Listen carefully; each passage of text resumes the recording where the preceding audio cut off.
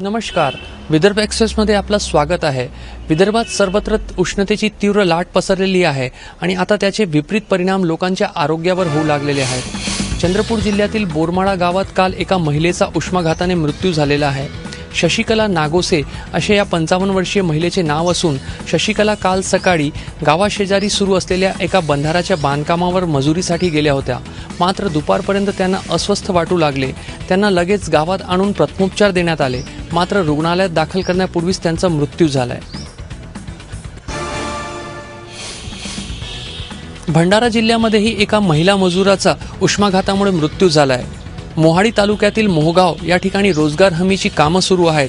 त्या ठिकाणी मजुरीसाठी गेलेल्या मंजुळा राखळे या महिला मजुराला दुपारपर्यंत अस्वस्थ वाटू लागले। त्यांना लगेच रुग्णालयात दाखल करण्यात आले, मात्र उपचारादरम्यानच त्यांचा मृत्यू झालाय। गडचिरोली जिल्ह्यातील चामोर्शी तालुक्यातील रेंगडी परिसरात काल अचानक आलेल्या वादळी पावसामुळे मोठे नुकसान झालेले आहेत। तीव्र वाऱ्यामुळे 150 पेक्षा जास्त घरांची पडझड झालेली आहे, तर अनेक घरांची छतही उडून गेलेली आहेत। अनेक ठिकाणी विद्युत खांब कोसळल्याने विद्युत पुरवठाही खंडित झालेला आहे। या संपूर्ण परिसरामध्ये आंबा पिकाचे मोठ्या प्रमाणावर नुकसान झालेले आहेत, मात्र सुदैवाने कुठलीही जीवितहानी झालेली नाही।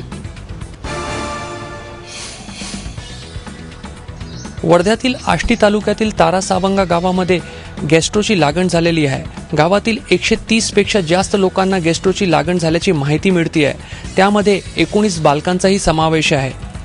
गॅस्ट्रोची लागण झाल्याची बातमी मिळताच जिल्हा परिषदेचे आरोग्य विभागाच्या एका पथकाने गावात शिबिर लावले असून रुग्णांवर उपचार केले जात आहे।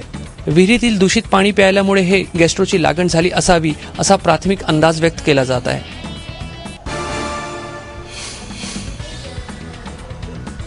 वाशिम जिल्ह्यात तूर खरेदीच्या वादातून एका युवकाला मारहाण केल्याची घटना घडली आहे। योगेश राठी असे स्वतःला शेतकरी म्हणवणाऱ्या या युवकाचे नाव असून योगेशने अनसिंग उपबाजार समितीतून 75 क्विंटल तुरीच्या विक्रीसाठीचे टोकन मिळवले होते। त्यापैकी 50 क्विंटल तूर त्यांनी बाजार समितीत आणूनही ठेवलेली होती। मात्र 14 तारखेच्या मध्यरात्रीनंतर अचानकच आलेल्या 4 लोकांनी योगेश राठीला बेदम मारहाण केली। पोलिसांनी गुन्ह्याची नोंद केलेली आहे आणि प्रकरणाचा तपास सुरू केला आहे।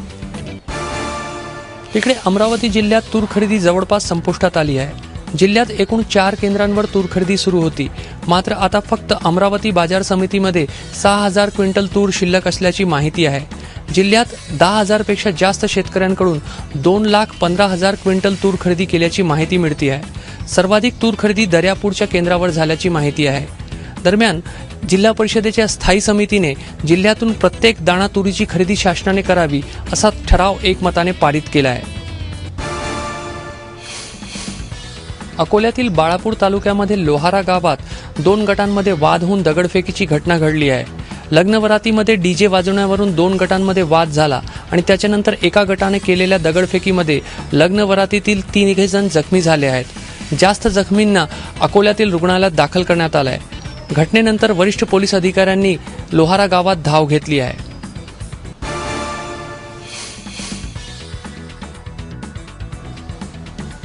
गोंदिया जिल्ह्यातील मुरमाडी गावात विदर्भ कोकण ग्रामीण बँकेच्या शाखेवर काल दुपारी 3:30च्या सुमारास दरोडा पडला।